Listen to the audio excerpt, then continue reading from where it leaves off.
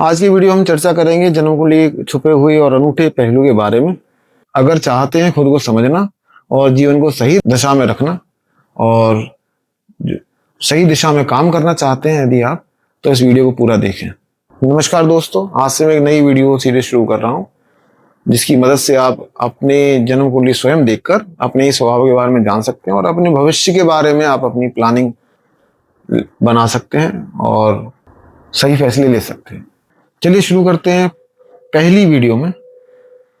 और आज का जो विषय है वो ऐसा विषय है जिसके बारे में ज्योतिषी और सामान्य लोग एक बहुत सीमित उपयोग करते हैं।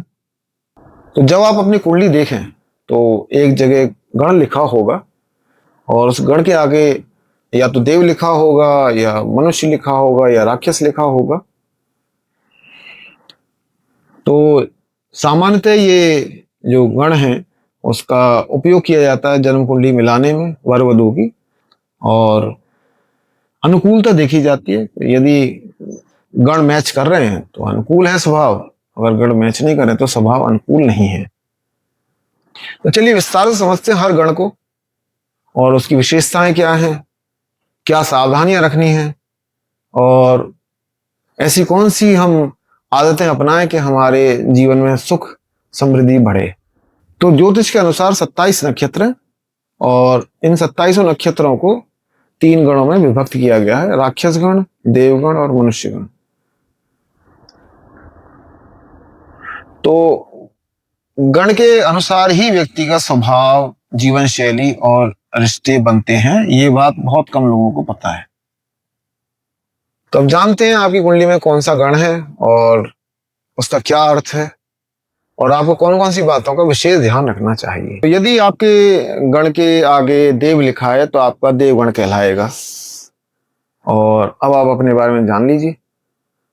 तो पहले समझिए कि आपके अंदर सात्विक गुणों की अधिकता है, इसलिए आपका जो गण है वो देव है। अब क्योंकि आपके स्वभाव में सात्विक गुणों की अधिकता ज्यादा है तो आप प्रयास करें कि अपने सात्विक गुणों के अनुसार ही जीवन जिएं। अन्य लोगों के लिए आपका जो स्वभाव है बहुत कोमल है, संवेदनशील है और सौम्य दृष्टिकोण है। एक सावधानी भी रखनी है कि आपका जो सौम्य स्वभाव है और आपका जो केयरिंग नेचर है उसका दुरुपयोग भी किया जा सकता है। तो थोड़ा सा अलर्ट रहें ताकि कोई और आपको मिसयूज ना करे। क्योंकि होता यह है कि देश काल परिस्थिति के अनुसार यदि आप अलर्ट नहीं रहेंगे तो विपरीत जो गण वाले लोग हैं, जैसे राक्षस गण वाले लोग, वो आपका दुरुपयोग कर सकते हैं। जहां तक भोजन की बात है, देखिए भोजन आपको सात्विक ही रखें तो ज्यादा अच्छा है। कम खाएं लेकिन बहुत अच्छा खाएं। कहीं भी दूषित भोजन करना आपके स्वास्थ्य के लिए अनुकूल नहीं रहेगा। जहां तक आप काम की संबंधित बात, जैसे आप कोई काम कर रहे हैं या पढ़ रहे हैं तो अपनी क्षमता के अनुसार आप काम करें, अपनी क्षमताओं को पहचानें, उसके अनुसार ही आप काम करें और दूसरों पर ज्यादा निर्भर ना रहें। लेकिन एक छोटी सावधानी और भी है कि आप, क्योंकि आपका जो गण है वो देव है और आपके जो गुण है वो सात्विक है, तो आप किसी के लड़ाई झगड़े से दूर ही रहें, क्योंकि ये आपके गण के या स्वभाव के अनुकूल नहीं है। अन्यथा आपको बहुत ज्यादा परेशानी भी हो सकती है। और अपने काम से काम रखें तो आप शांतिपूर्ण तरीके से जीवन व्यतीत कर सकते हैं। दिनचर्या के संबंध में तो यही कहूंगा मैं आपसे कि अपनी जो भी काम है, आपके जो भी आप काम करते हैं वो अधिक से अधिक काम दिन में ही पूरा कर लें। देर रात तक जागकर काम ना करें, अन्यथा आपकी जो सात्विक ऊर्जा है वो असंतुलित हो सकती है। और जहां तक ग्रहों की बात है, जो सात्विक ग्रह हैं वो आपको शुभ परिणाम देंगे और जो तामसिक ग्रह वो थोड़ी पीड़ा अधिक दे सकते हैं। और पाराशरी में स्पष्ट वर्णन है कि चंद्रमा, सूर्य, बृहस्पति सात्विक ग्रह हैं और मंगल, शनि, राहु, केतु तामसिक ग्रह हैं। ठीक है, तो इसी अनुसार यदि आप अपना जीवन जिए, अपनी आदतों में बदलाव लाएं, सावधानी रखें, तो मुझे लगता है देवगण के जातक बहुत कुछ अपने जीवन में परिवर्तन ला सकते हैं, अच्छा कर सकते हैं, समृद्ध और शांतिपूर्ण तरीके से जीवन जी सकते हैं। अगले गण की बात कर लेते हैं। यदि आपकी जन्म कुंडली में गण के आगे मनुष्य लिखा है तो आपको मनुष्य गण कहलाएगा। अब मनुष्य गण वाले अपने बारे में जान लें कि आप में राजसिक गुणों की अधिकता है, तो अपना जीवन खुल के जिए और सारे सांसारिक सुखों का आनंद लें, अच्छे से लें। पर एक सावधानी रखें, आपका स्वभाव थोड़ा गर्म है तो अपने क्रोध पर संयम रखें तो थोड़ा अच्छा रहेगा, और रिश्तों में भी समरसता बनी रहेगी। आपको थोड़ा देखभाल करने का केयरिंग नेचर है, दूसरों की आप बहुत ज्यादा केयर भी कर लेते हैं और सेवा भाव है आपके अंदर, तो आप अपने स्वभाव के कारण समाज में प्रसिद्धि भी पा सकते हैं। जहां तक काम की बात है, आप जैसे कोई भी काम करते हो तो अपना काम अच्छे से करें, पूरा समय दें काम को, लेकिन अतिरिक्त समय ना दें। ओवर टाइम इसको बोलते हैं, ओवर टाइम बिल्कुल बना करें। मैं तो कहूंगा ओवर टाइम करना आपके लिए बिल्कुल ठीक नहीं होगा, क्योंकि आपको काम में और परिवार में भी संतुलन बना के रखना होगा। ये मनुष्य गण के जातकों के लिए आवश्यक है कि मनुष्य गण के जातक अपने काम में और अपने परिवार में संतुलन बना के रखें, तो उनके लिए बहुत अच्छा रहेगा। जहां कहीं भी आप काम कर रहे हो वहां आप प्रैक्टिकल रहें, व्यावहारिक रहें।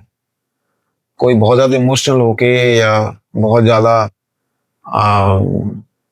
ज्यादा किसी और की बातों में आके कोई काम ना करें, बहुत प्रैक्टिकल तरीके से काम करें, लॉजिकल तरीके से काम करें, तो आपके लिए अच्छा रहेगा। और जहां भी आप काम कर रहे हैं तो वहां के नियमों का पालन करें, सामाजिक नियमों का पालन करें, और साथ ही साथ सरकार के नियमों का भी पालन करें, किसी तरह की चोरी वगैरह ना करें।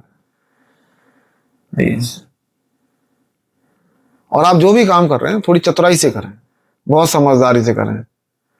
कोई आपको कुछ भी कहे, लेकिन आप अपने अंदर उस चीज को तोलें, समझें, फिर उस काम को करें, उसका एनालिसिस करें हर काम का, उसके बाद कोई भी आप प्लानिंग बनाएं। मनुष्य गण के जातकों के लिए, आपके लिए टाइम मैनेजमेंट बहुत इंपॉर्टेंट है। टाइम मैनेजमेंट में बहुत ज्यादा ध्यान देना होगा, क्योंकि यदि आपने टाइम मैनेजमेंट पे अगर ध्यान नहीं दिया तो आपके लिए परेशानी आ सकती है।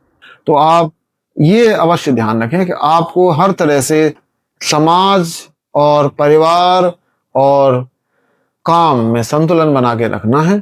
संतुलन ही आपकी मुख्य खूबी है और उसी को आप अपने व्यवहार में लाएं।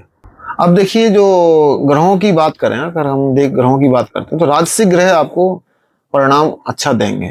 तो राजसिक ग्रह मुख्यतः शुक्र और बुध हैं, तो ये तो आपको शुभ परिणाम देंगे ही देंगे। लेकिन सात्विक ग्रहों से भी आप शुभ परिणाम ले सकते हैं। आपके अंदर ये भी खूबी है कि आप सात्विक ग्रहों से भी शुभ परिणाम ले सकते हैं, तामसिक ग्रहों से भी शुभ परिणाम ले सकते हैं। तो लेकिन अगर आपको सात्विक ग्रहों से अधिक शुभ परिणाम चाहिए तो आपको जीवन सात्विक रहना होगा। अगर आपको तामसिक ग्रहों से भी शुभ परिणाम चाहिए तो बहुत समझदारी से, आपको चतुराई के साथ काम करना होगा, अपनी संगत सही रखनी होगी, किसी गलत काम में ना फंसे।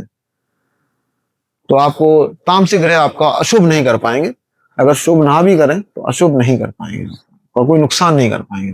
तो मनुष्य गण के जातक इन सब बातों का ध्यान रखें तो उनका जीवन संतुलित रहेगा, समृद्ध रहेगा, शांतिपूर्ण तरीके से उनका जीवन बीतेगा। अगले गण की बात कर लेते हैं। यदि आपके गणों के आगे राक्षस लिखा है तो आपका राक्षस गण कहलाएगा। डरने की कोई बात नहीं है। ये राक्षस गण नाम जो पड़ा है वो तामसिक गुणों की अधिकता के कारण पड़ा है। और ये भी समझ लें कि आपका जो राक्षस गण है वो बहुत शक्तिशाली है, लेकिन आपका जो स्वभाव है वो थोड़ा रहस्यमय होता है और लोगों की नजर में। तो अपनी क्षमताओं को पहचानें, उसके हिसाब से काम करें, दूसरों पर ध्यान ना दें। देखिए, तामसिक गुणों की अधिकता के कारण आपके अंदर थोड़ा जिद्दी बना रहेगा ही रहेगा, लेकिन इसका भी आप सदुपयोग कर सकते हैं। ऐसा नहीं है कि जिद्दी बना है तो खराब ही है। तो आप अपने जिद्दी स्वभाव का सदुपयोग कीजिए ऐसे कामों करने में जिसको और लोग कठिन समझते हो या असंभव समझते हो कि भाई हमसे नहीं होगा, और किसी से नहीं होगा, वो हमसे होगा। ये राक्षस गणों की जो जातक हैं उनके अंदर एक खास बात है, जो काम किसी से भी नहीं होगा उसके लिए जरूर वो उपलब्ध रहते हैं। पर आप एक छोटी सावधानी रखें कि क्रोध करते समय आप बहुत ज्यादा कठोर हो जाते हैं, तो कोशिश कीजिए गुस्सा थोड़ा कम करें, नियंत्रण रखें क्रोध पे, ठीक ही रहेगा। वैसे तो मैं तीनों गणों के जातकों को बोलूंगा कि अपने व्यवहार में थोड़ा सा क्रोध पर नियंत्रण जितना हो सके रख लें। एक बहुत विशेष बात है राक्षस गणों के जातकों में, आपके पास एक छठी इंद्री है, सिक्स्थ सेंस, और आप इस कारण से एक बहुत अच्छे मार्गदर्शक बन सकते हैं, सलाहकार बन सकते हैं, ज्योतिषी बन सकते हैं, काउंसलर बन सकते हैं। एक चीज और, आपकी तार्किक और समस्या हल करने की क्षमताएं बहुत अच्छी हैं, तो आप अपने इन सभी गुणों का सदुपयोग करें जितना अधिक से अधिक हो सकता है।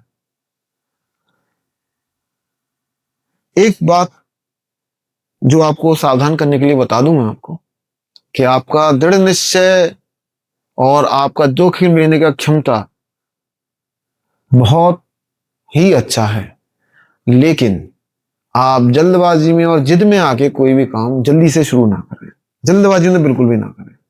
तो अब करना क्या चाहिए, आपको एक योग्य व्यक्ति या गुरु के मार्गदर्शन में ही अपना कोई भी काम करना चाहिए, अन्यथा हानि होगी। ठीक है। थोड़ा सा नकारात्मक विचार, चिंताएं औरों की तुलना में अधिक रहती हैं, तो मेरी तो यही सलाह है कि आप थोड़ा सा धार्मिक कार्यों में भी अपना मन लगाएं, थोड़ा मेडिटेशन करें, ताकि आपकी जो नेगेटिविटी है थोड़ी कम हो। वैसे राक्षस गण के जातकों को रात्र में काम करना थोड़ा सही लगता है, लेकिन फिर भी मैं ये कहूंगा कि आप संतुलन बना के रखें, अन्यथा दिन में आपको सुस्ती रहेगी, तो पूरा आपका जो डे रूटीन है, दिन का रूटीन है, वो डिस्टर्ब हो सकता है। इसलिए अपनी दिनचर्या को थोड़ा ठीक रखें जितना हो सके। हाँ, यहाँ एक अच्छी चीज है कि तामसिक ग्रह आपके अनुकूल हो सकते हैं, अच्छा प्रभाव देंगे, जैसे मंगल शनि राहु केतु, ये थोड़े अनुकूल हो सकते हैं, लेकिन फिर वही बात आ जाएगी कि आपको इनमें भी सावधानी रखनी है। विशेष रूप से और लोगों से भी सुना होगा कि राहु मंगल शनि, इनके में अपने आप को सही रखना होता है, स्वभाव सही रखना होता है, ईमानदारी से काम करने होते हैं, तो वो भी रखने होंगे आप। भले ही आपका तामसिक गण है, फिर भी आपको व्यवहार में आपको संतुलन बना के चलना होगा। कोई भी ऐसा काम ना करें जो आपके भविष्य के लिए नुकसानप्रद हो। सात्विक गुणों की अनुकूलता के लिए आपको बहुत ज्यादा मेहनत करनी होगी, बहुत संयम रखना होगा,